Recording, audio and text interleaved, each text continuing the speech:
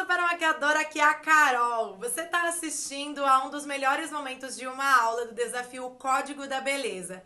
Espero que você goste. Inscreva-se no canal para você receber mais vídeos. Um beijo grande e vamos pro conteúdo.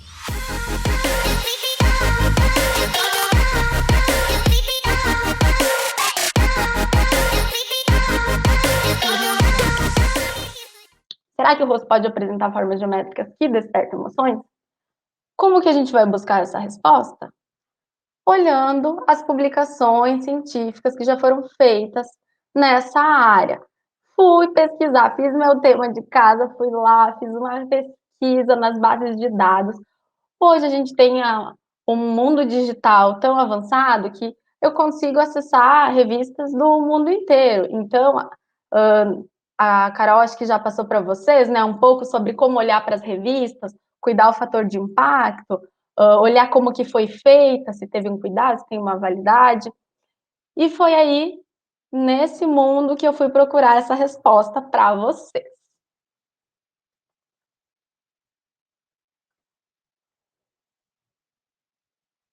Não há evidências científicas que validem essa teoria.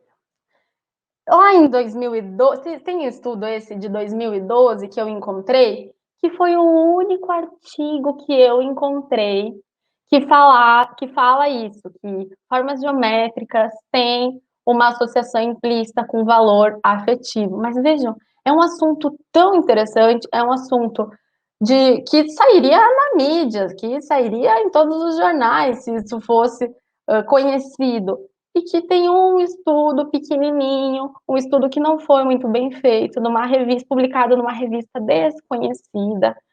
Então, eu não posso usar isso como uma evidência de que há associação.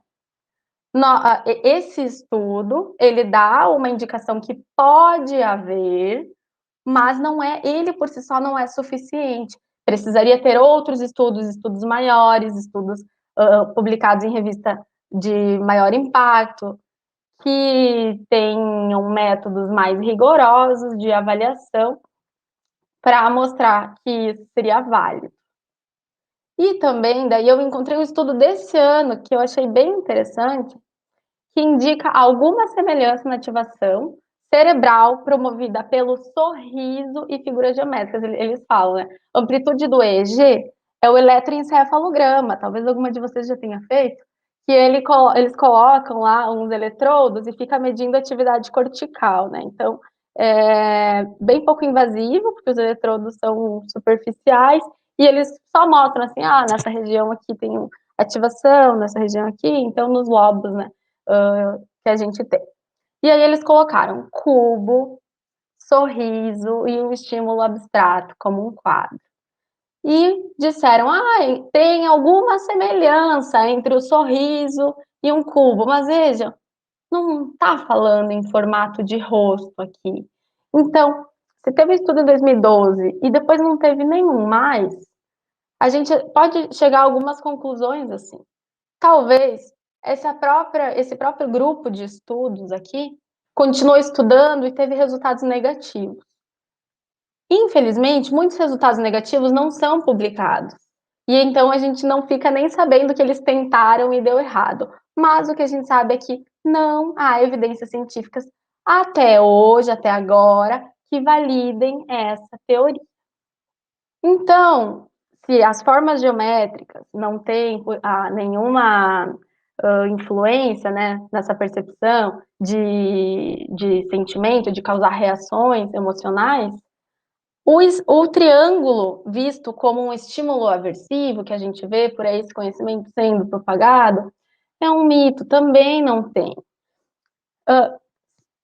Como não tem essas evidências científicas, assim, os estudos não mostram isso, a gente pode também partir do nosso conhecimento empírico e tentar fazer referências e correlações, tá? Então, o triângulo, a gente tem muita coisa que tem formato de triângulo, né? Como qualquer forma geométrica, ele é muito presente na nossa vida. Então, por exemplo, a gente tem cabanas, casas assim no campo, que tem muito esse formato. O chapéuzinho de aniversário é sempre, né, nesse formato cônico, assim. Os barcos à vela, as velas dos barcos também. Então, não existe nenhuma indicação que diga que na nossa biologia evolutiva exista esse imprinting, esse aprendizado que passa e que é comum a todos e que passa de geração em geração, que o triângulo transitivo aversivo, isso pode ser algo que sim seja de cada pessoa. Por exemplo, o que você, se eu vou perguntar para vocês, podem responder mentalmente, assim, o que você lembra se eu falar a palavra triângulo? O que você pensa quando eu falar em triângulo? E aí vejam, por exemplo, um pescador talvez vai falar um barco à vela. Uma criança que foi em festa de aniversário vai falar chapeuzinho. Ou então, por exemplo, uma cabaninha. E a gente tem todas as cabaninhas infantis nesse formato triangular. E aí fica um indício aqui interessante, assim, para vocês irem fazendo correlações e fazendo um pouco de ciência no dia a dia de vocês, criando esse raciocínio crítico, esse olhar crítico. Será que é válido? Porque todas as cabaninhas infantis, elas são triangulares. Se fosse aversivo, assim, as crianças não iam se sentir bem em uma cabaninha. E nenhum pai ou mãe também ia querer comprar para o seu filho, né? Então a gente já vai vendo que no nosso dia a dia, olhando para o mundo, não parece ser um estímulo aversivo. Então, que fique bem claro, pode apresentar formas geométricas que despertem emoções?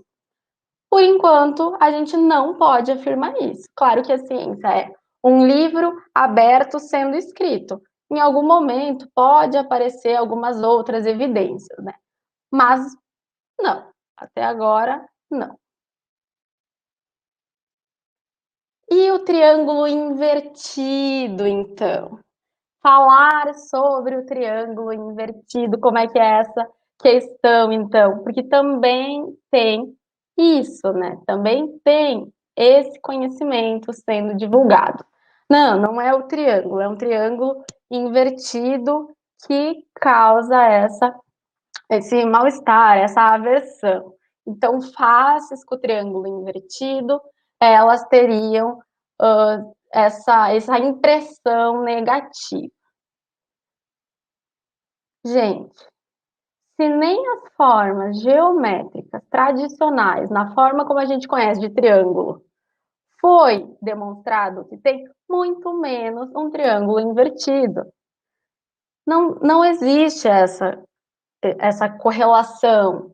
Inclusive, se nós olharmos para a beleza e para o mundo da beleza, faz sentido o contrário. Porque as bochechas elevadas são sinônimo de juventude, de saúde, esse formato do rosto erguido, assim. Vocês vão ver ao longo dessas lives com a Carol, cada vez mais vai aprofundando isso num nível lindo, que vocês vão chegar no final com tanto insight, com tanta coisa, que vocês não vão nem se lembrar desses conhecimentos, assim, que talvez vocês viram por aí, e que a gente não pode levar isso como algo válido.